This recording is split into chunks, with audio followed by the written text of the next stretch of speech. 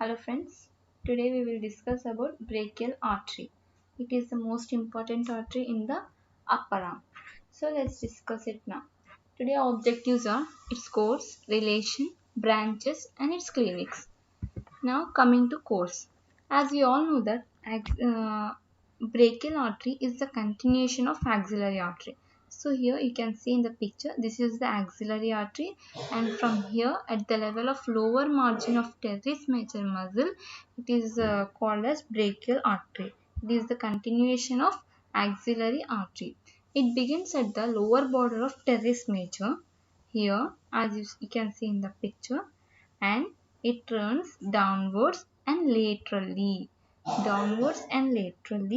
and it crosses the elbow joint and ends in cubital fossa by dividing into ulnar and radial arteries. So the brachial artery, as overall, it begins at the lower border of teres major muscle, and it is the continuation of axillary artery. Now it runs downwards and laterally in the front of the arm, and this crosses the elbow joint and at the level of neck of radius. Level of neck of radius, it crosses elbow joint and divides into two terminal branches, that is ulnar artery and radial artery. It is a simple course and its termination. Now coming to relation.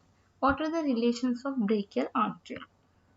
So the brachial artery, it runs downwards and laterally from medial side of front arm. From medial side, it runs downwards and laterally, and it is superficial throughout the extent and is accompanied by vena comitis.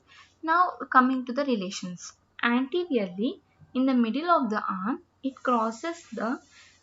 is crossed by the median nerve from lateral side to medial side. See here you can see in the picture, this is the medial nerve, the pointer. This medial nerve in the middle of the front of the arm, it is crossing from lateral side to medial side, this position here.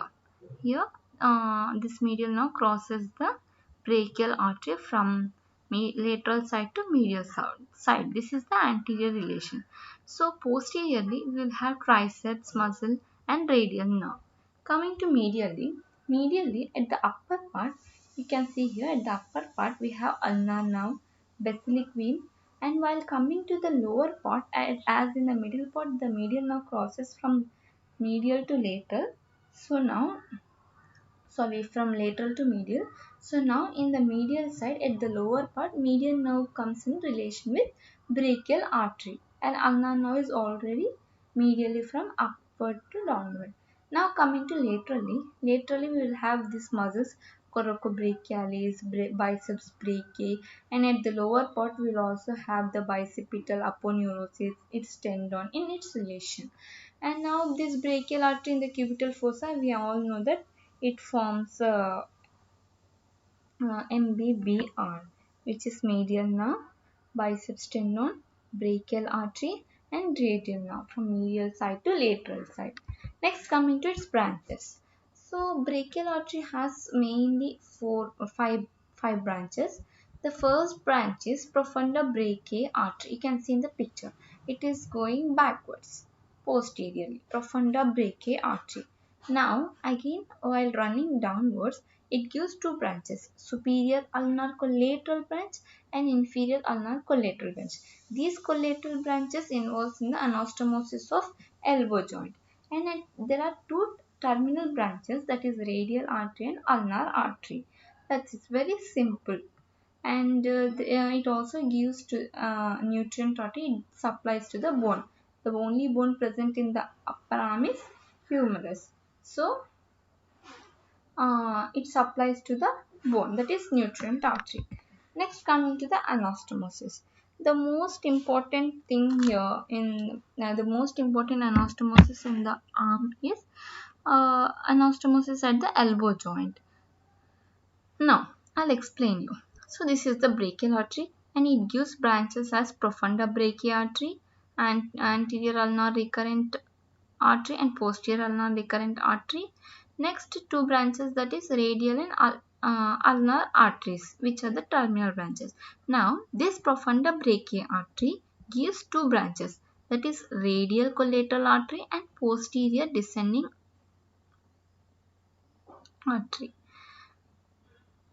So it gives two branches. So now here where we can see here this ulnar artery also gives two branches, that is anterior ulnar recurrent artery and posterior ulnar recurrent artery.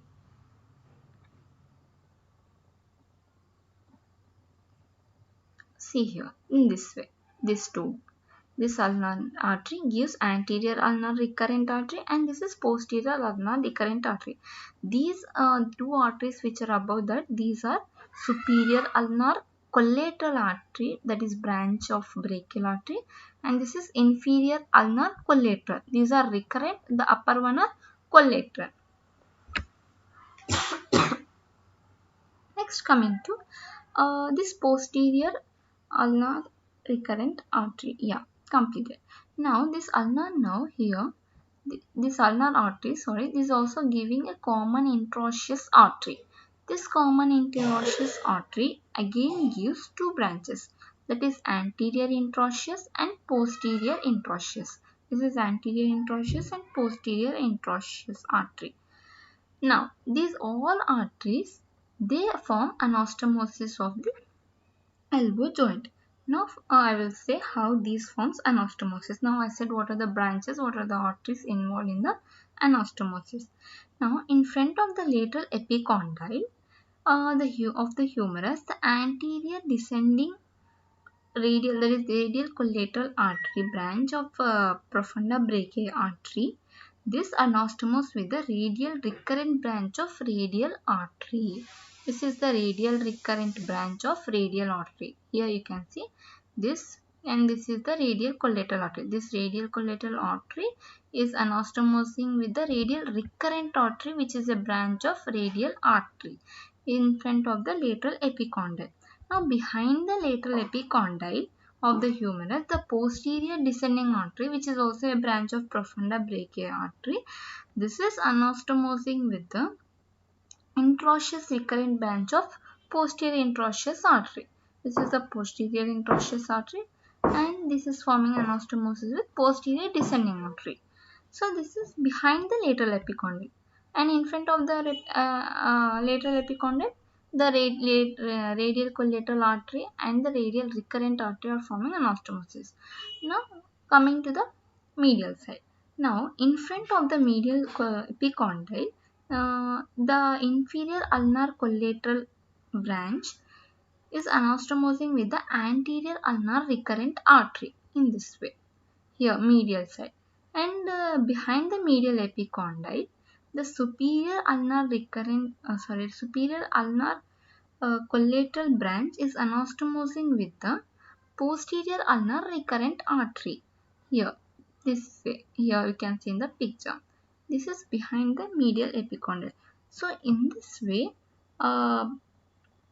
in front of the lateral epicondyle and behind the lateral epicondyle, here in front of the medial epicondyle and behind the medial epicondyle, these anastomosis occurs, and this is the important anastomosis around the elbow joint.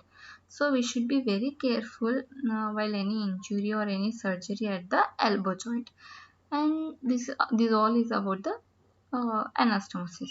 Next, coming to clinicals, and we all know that brachial artery is most important to record the blood pressure.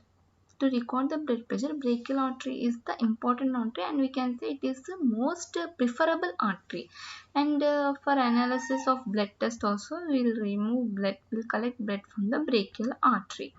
So these are the clinics, and here in this picture it is showing how the recording of brachial artery occurs when we keep the cuff at greater than 120 mm of Hg. It contracts, and here the brachial artery is contracting, and while giving 80 to 120, then it is dilating, that is relaxing. So in this way, the sphygmomanometer records the blood pressure in the brachial artery. So this is about the brachial artery, its relations, goals, anastomosis and clinics. Thank you.